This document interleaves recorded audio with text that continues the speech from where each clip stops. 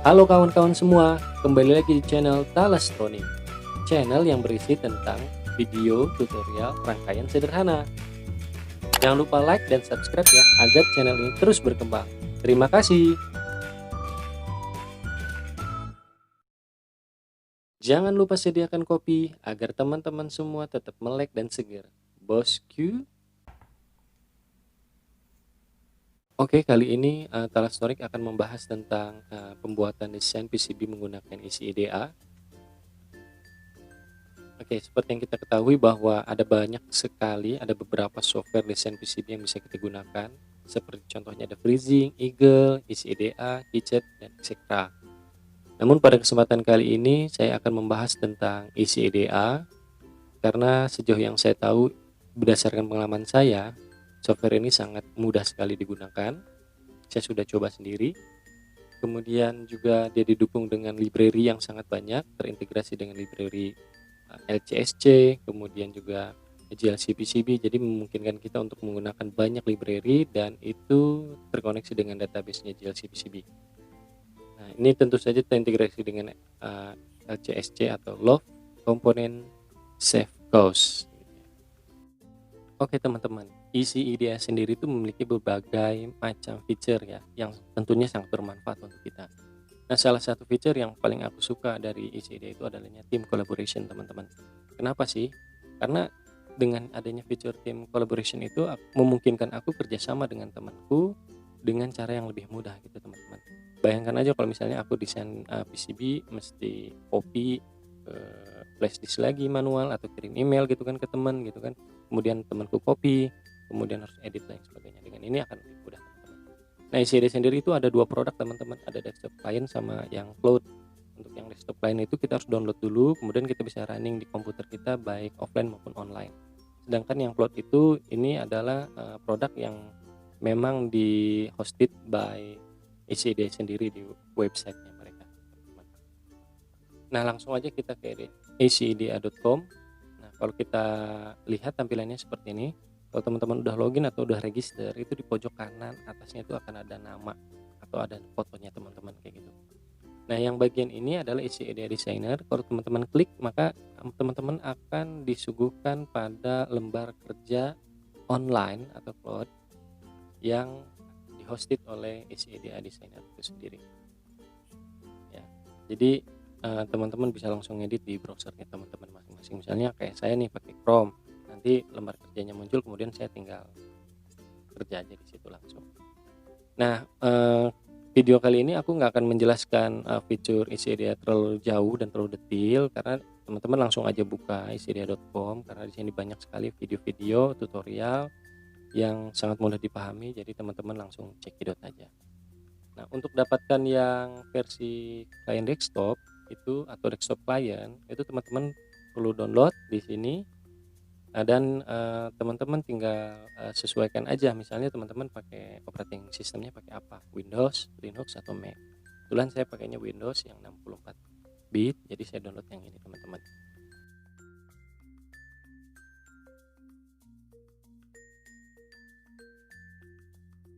Oke teman-teman, setelah softwarenya berhasil diinstal, maka akan muncul jendela seperti ini. Di bagian ini teman-teman bisa skip aja atau next. Nanti juga akan belajar dengan sendirinya komponen ini. Akan kuperkenalkan satu persatu. Nah, langkah pertama apa sih yang perlu kita lakukan ketika kita pertama kali menggunakan isi IDEA ini? Kita perlu register dulu teman-teman ke sistemnya isi IDEA ini menggunakan email ya. Kadang-kadang registernya error ketika teman-teman itu langsung continue with Gmail. Jadi aku sarankan sih lebih baik teman-teman lakukan registernya itu manual di sini teman-teman gitu. Jadi isi username-nya teman-teman, masukkan emailnya, passwordnya, dan klik tombol create account. Dan jangan lupa pilih job function-nya juga, misalnya teman-teman student, dan pastikan kalau teman-teman itu checklist and not robot and checklist juga. Oke.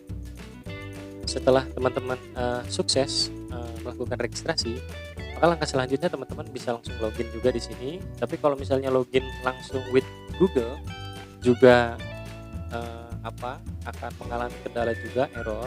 di situ ada notifikasinya sih sebetulnya teman-teman. Jadi dari Google-nya bilang aplikasi ini tuh kayak belum dapat permit atau izin gitu untuk terkoneksi langsung dengan Gmail.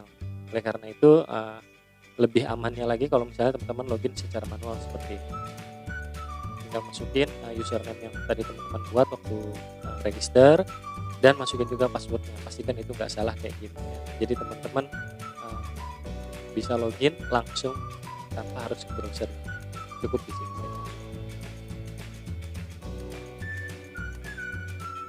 Nah, kalau teman-teman udah berhasil login, maka di pojok kanan atas itu bisa teman-teman lihat sendiri ada foto dan username ya. Nah, ini menunjukkan bahwa teman-teman itu udah berhasil login, udah berhasil register dan login ke ICEDA. Nah, di bagian yang paling kiri itu merupakan folder project teman-teman ya. Jadi teman-teman bisa lihat project apa saja yang teman-teman sudah buat, atau kita kenal dengan istilahnya project management lah. Ini memudahkan kita tuh untuk memilih dan buat project baru juga di sini. Nah, di sini ICEDA juga dilengkapi dengan e-lab. Jadi di sini udah given teman-teman bisa tinggal pilih aja, klik mana yang teman-teman butuhkan, kemudian dia akan muncul di skematik. Kemudian di ICEDA juga ada libraries teman-teman seperti ini. Nah, libraries ini menarik teman-teman kalau menurut aku. Karena kenapa? Library ini sebetulnya terintegrasi dengan database-nya si JLC PCB. Jadi ketika teman-teman mau produksi PCB-nya nanti, teman-teman bisa pilih komponen terlebih dahulu di sini berdasarkan harganya misalnya, stoknya, dan kesesuaian komponen yang teman-teman akan gunakan bisa dilihat dari datasheet-nya. Dan juga jangan lupa lihat quantity minimumnya ketika teman-teman mau order ini. Nah, makanya aku rasa fitur yang kayak gini tuh sangat bermanfaat banget ya teman-teman. Jadi memudahkan kita untuk bekerja lebih cepat, bekerja lebih teliti, dan juga yang tentunya pasti mengefisienkan dan mengefektifkan segalanya lah saat proses pembuatan PCB ini.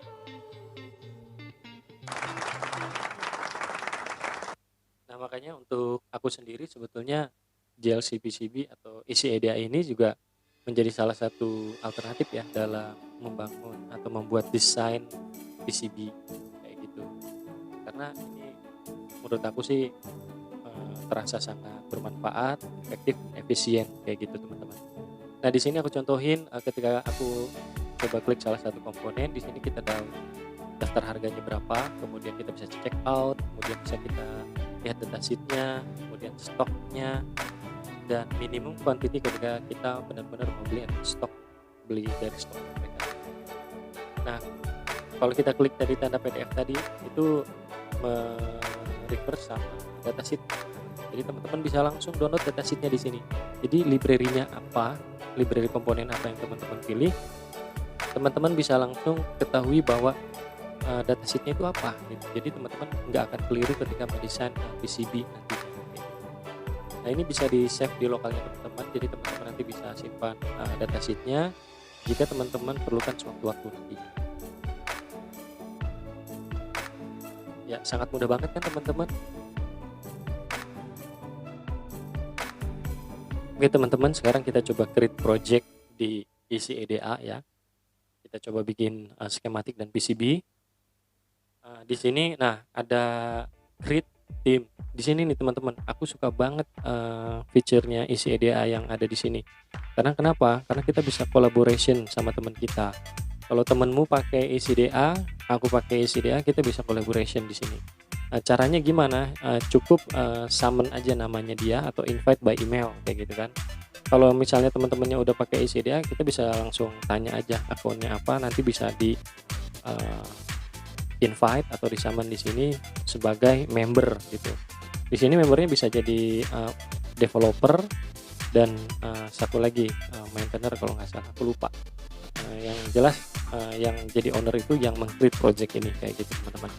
Nah, fitur ini tuh sangat memudahkan banget teman-teman. Kalau aku dulu pakai software yang lalu-lalu itu biasanya untuk kolaborasi sama teman-teman itu aku copy dulu manual ke dalam FB atau send mereka email gitu. Nah, sayangnya gitu ya, unfortunately kadang-kadang versi yang aku gunakan dengan versi teman-teman yang aku gunakan itu berbeda, sehingga menyebabkan banyak trouble lah, banyak masalah gitu. Entah ada yang nggak bisa dibuka, entah ada yang nggak jalan, ada yang nggak cocok. Udah gitu, kadang-kadang kalau by email dia suka nanya lagi emailnya pakai nama apa, atau misalnya kalau pakai FD, FD-nya hilang, filenya hilang, FD-nya hilang gitu kan. Itu sering terjadi gitu teman-teman. Apalagi kalau misalnya FD-nya dipinjam beberapa hari. Oke teman-teman, untuk create tim kayak gini collaboration, teman-teman yang ikuti aja langkah yang ada di sini. Nah, setelah berhasil, maka teman-teman nanti langsung di lembar kerjanya teman-teman itu akan create automatically frame yang baru. Nah, frame ini fungsinya salah satunya itu adalah untuk memberikan identitas, ya seperti ini misalnya judulnya apa, company-nya apa, dan yang menggambar atau yang mendesain itu siapa, kapan juga itu akan diketahui di sini. Terus dari sini juga frame ini berfungsi untuk membatasi ruang kerjanya teman-teman. Yang nggak membatasi dalam arti yang sebenarnya, tapi ini hanya untuk menandai saja bahwa petakan-petakan yang ada di dalam frame ini nanti fungsinya untuk rangkaian dengan fungsionalitas yang tertentu gitu. Jadi teman-teman nggak bingung nanti ketika buka skematik sendiri, ini untuk apa ya, ini untuk apa ya. Sorry ya ngomongnya belibet. Oke, kalau teman-teman udah ready, jangan lupa di save dulu supaya nanti muncul di bagian projectnya itu ada sheet 1 ya. Sheet 1 ini bisa diganti kok teman-teman, di bagian bawah itu ada sheet 1, tinggal di rename aja klik kanan. Nah sekarang kita coba untuk import libraries ya. Ini kita coba untuk create PCB Atmega 328 alias boardnya Uno gitu. Tapi kita pakai yang sederhana dulu aja. Di sini aku cuma nyontohin cara pakai isi EDA-nya yang sederhana aja, hanya untuk introduce teman-teman aja, kira-kira kayak gitu. Nah di sini ini adalah rangkaian referensi yang aku ambil dari internet. Yang mohon maaf aku nggak bisa mencantumkan webnya, mudah-mudahan yang punya nggak marah. Kemudian kita cari di library ini, kemudian kita pilih dengan cara klik komponen, kemudian klik place teman-teman ya. Kemudian untuk komponen-komponen yang lainnya seperti kapasitor, resistor dan lain sebagainya, teman-teman bisa cari juga di sini dengan kata kunci misalnya resistor, kemudian di klik value-nya berapa nih, misalnya 10K, klik aja di situ. Kemudian di sini ada informasi tentang package-nya juga. Nah di sini penting juga nih teman-teman, apalagi teman-teman yang kalau misalnya komponennya beli sendiri-sendiri, pastikan bahwa komponen yang teman-teman beli dengan library yang teman-teman gunakan itu match, khususnya untuk package-nya, karena bisa bayangkan kalau misalnya teman-teman pilih package yang lain, kemudian beli komponen dengan package yang lain, ini nggak match, bahaya teman-teman, nanti nggak bisa disolder karena nggak pas. Nah ini layaknya kita bikin art design skematik ataupun PCB di software yang lain gitu, sangat mudah sekali teman-teman. Jadi aku rasa kalau misalnya teman-teman udah biasa pakai software yang lain seperti Eagle, Freezing, atau KiCad, itu rasanya nggak akan asing lagi deh dengan ini. Malah kalau saya pribadi merasanya bahwa dengan isi EDA ini lebih mudah karena lebih simpel gitu. Kalau di Eagle kan lebih banyak pengaturannya ya. Kalau di sini itu simple banget pengaturannya. Jadi kita fokus ke desainnya gitu, bukan ke konfigurasinya dan lain sebagainya kayak gitu. Tapi untuk teman-teman yang masih pengen pakai Eagle atau pakai Eagle, KiCad dan lain sebagainya, itu monggo, itu hanya masalah rasa. Saya sendiri pun sebetulnya masih juga menggunakan Eagle dan KiCad gitu. Jadi nggak ada masalah deh.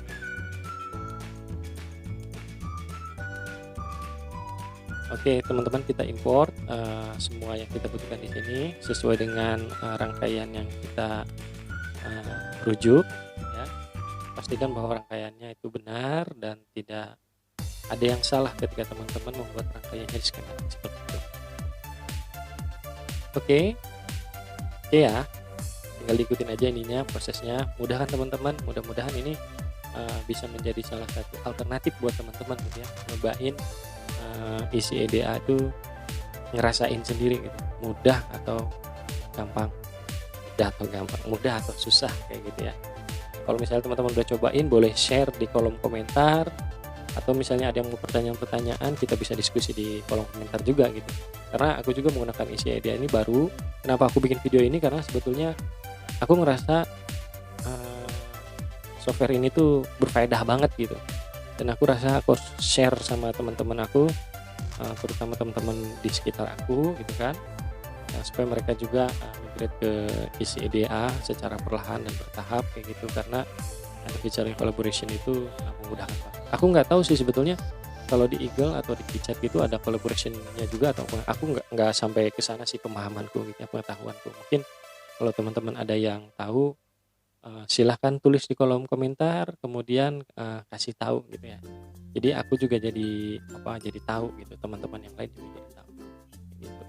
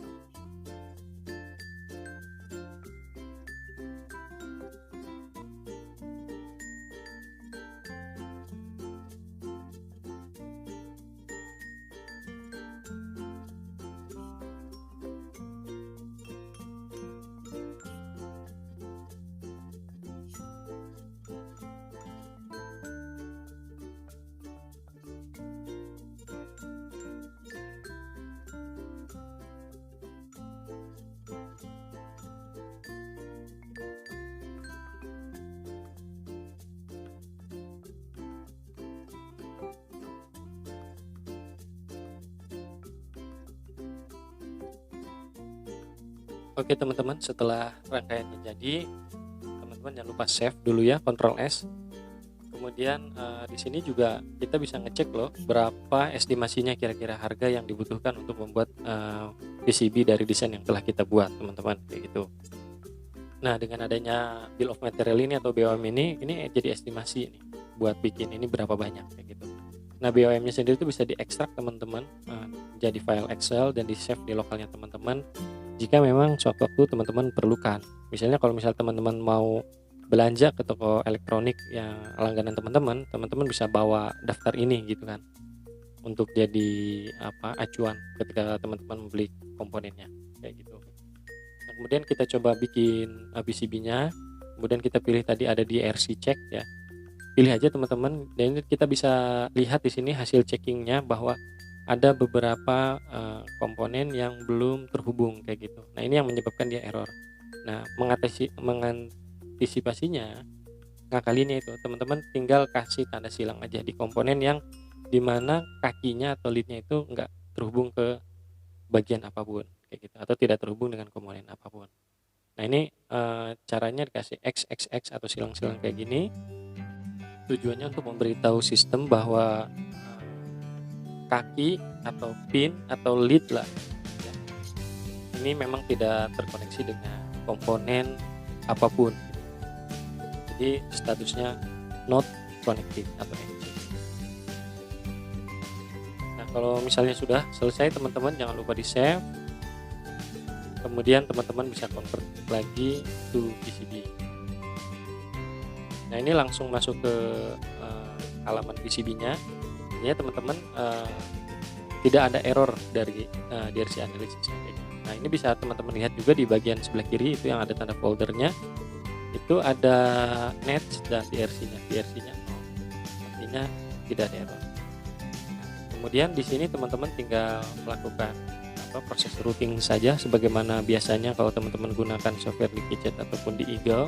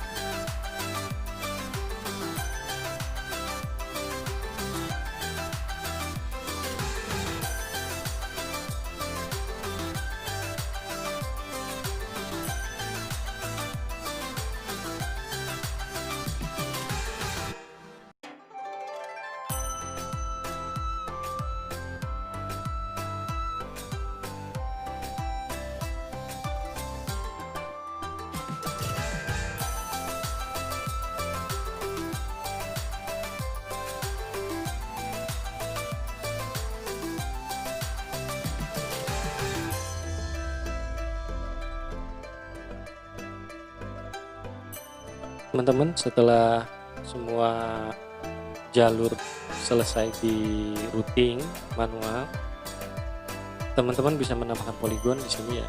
Jadi supaya permukaan yang ada di luar root itu, root layer itu tertutupi dengan tembaga. Umumnya sih begitu teman-teman. Tapi fungsi utamanya apa saya juga nggak tahu. Saya mengikuti kebiasaan saja. Jadi kalau saya pikir mungkin salah satunya itu ketika proses produksi juga akan lebih cepat ya, karena kan dia millingnya itu atau mengikis tembaga atau copper yang kosong itu aja ya, berwarna hitam itu teman-teman. Jadi prosesnya akan lebih cepat gitu. Ketimbang kalau misalnya kita nggak pakai poligon, berarti mesin itu harus mengikis coppernya, tembaganya itu lebih banyak lagi kayak gitu. Itu sih yang aku tahu. Kalau ada yang lebih tahu lagi bisa kasih tahu kita dengan cara komen di bawah ya. Oke, ada satu yang kelupaan teman-teman dari semua ini, yaitu adalah jack atau konektornya. Jadi nanti board ini mau di powering lewat apa gitu kan. Salah satunya bisa pakai header female teman-teman. Sini udah ada di Libre itu ada banyak sekali komponen yang bisa teman-teman pakai gitu langsung. Contohnya seperti header male, header female, kemudian ada recon, ada bottom, relay dan lain sebagainya gitu teman-teman. Nah ini aku pakai header female, kenapa? Karena aku pikir konektor yang dari luar itu eksternalnya itu adalah male, jadi aku butuh female. Kalau teman-teman punya konektor lain misalnya sifatnya female, berarti teman-teman butuh yang male. Kayak gitu aja, itu simpel, itu pilihan aja. Ini contoh ini aku bikin yang paling sederhana aja gitu.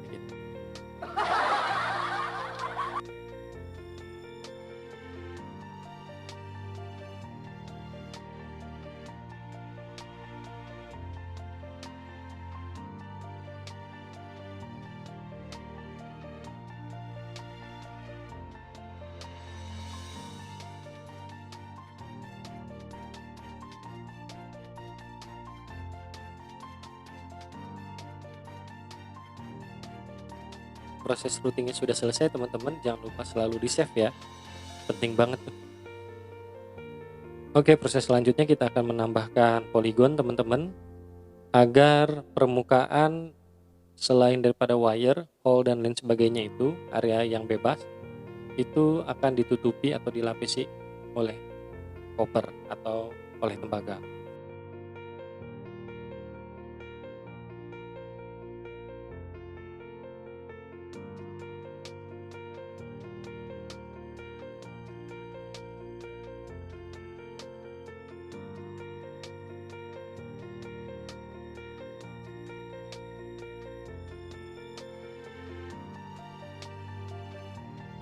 Jangan lupa setelah semua prosesnya selesai, selalu di save teman-teman. Nah, selanjutnya kita akan melihat tampilan 3D dari desain yang kita buat teman-teman. Nah, di sini nampak ya ada beberapa komponen yang bisa muncul dengan sendirinya sehingga memberikan gambaran 3 dimensinya. Ini ada beberapa yang tidak muncul mungkin karena desain 3D-nya ini belum disediakan oleh isi IDEA. Selanjutnya kita akan coba create Gerber filenya teman-teman ya. Pilih yang DRC. Kalau langsung ke halaman ini berarti DRC-nya nggak ada yang error teman-teman. Ini Gerber file ini file yang akan kita download, kemudian kita unggah ke JLC PCB teman-teman ketika kita mau produksi PCB-nya lewat JLC PCB kayak gitu. Tinggal pergi aja ke jlcpcb.com, kemudian klik quote now. Nanti teman-teman akan dibawa ke halaman berikutnya. Nah, di sini teman-teman bisa lihat ada untuk masukkan Gerber filenya, kemudian pilih dulu mau cetak PCB atau SMT stencil kayak gitu. Nah, aku karena sekarang contohin yang mau cetak PCB, kita pilih aja, kemudian masukkan Gerber filenya, di mana teman-teman meletakkan Gerber filenya. Kemudian di sini akan muncul nanti tampilan dari desain PCB teman-teman kayak gitu. Top layernya ataupun bottom layer. Kemudian di sini ada beberapa parameter yang perlu disesuaikan teman-teman. Pertama itu layernya kita pilih yang 2, kemudian untuk dimensinya itu otomatis akan muncul. Kemudian dari PCB quantity-nya kita akan dapat 5 pieces teman-teman, dengan masing-masing PCB itu punya ukuran 10 x 10 cm teman-teman. Kemudian di sini warnanya teman-teman bisa pilih sendiri, dan jangan lupa untuk surface finishnya itu pakai yang HSL with lead. Artinya nanti di di pin-pinnya atau di hole-hole-nya itu akan dilapisi oleh timah teman-teman. Jadi ketika proses soldering nanti teman-teman akan lebih mudah, terutama untuk soldering komponen-komponen SMD yang ukurannya kecil, dimana jarak antar kakinya pitch-nya itu rapat gitu ya teman-teman. Kalau pakai yang ada HSL-nya itu enak sekali gitu teman-teman. Kemudian save to chart ya. Terus jangan lupa teman-teman di sini $2 itu hanya untuk mendapatkan 5 piecesnya tadi itu dengan masing-masing 10 x 10 cm. Tapi untuk mendatangkan si PCB-nya itu dari JLC PCB ke alamat teman-teman, nanti itu akan ada charge ongkir lagi. Biasanya di sini default dia pakainya DHL Express biasanya teman-teman, DHL yang priority. Nah, itu ke alamatku itu kalau nggak salah $17,25. Nah, itu nanti ditotalkan dengan yang $2 itu teman-teman. Nah, di sini teman-teman bisa melihat juga ada Gerber view-nya juga ya. Artinya teman-teman ketika mau cetak bisa analisis lebih lanjut lagi sendiri oleh teman-teman ya, by visual manual kayak gini. Kalau teman-teman udah yakin, teman-teman tinggal klik aja analisis resultnya. Nah, di sini karena tampilannya cuma seperti itu artinya tidak ada warning ataupun parameter yang tidak sesuai dengan parameter yang diset oleh JLC PCB ini. Gitu. Ya.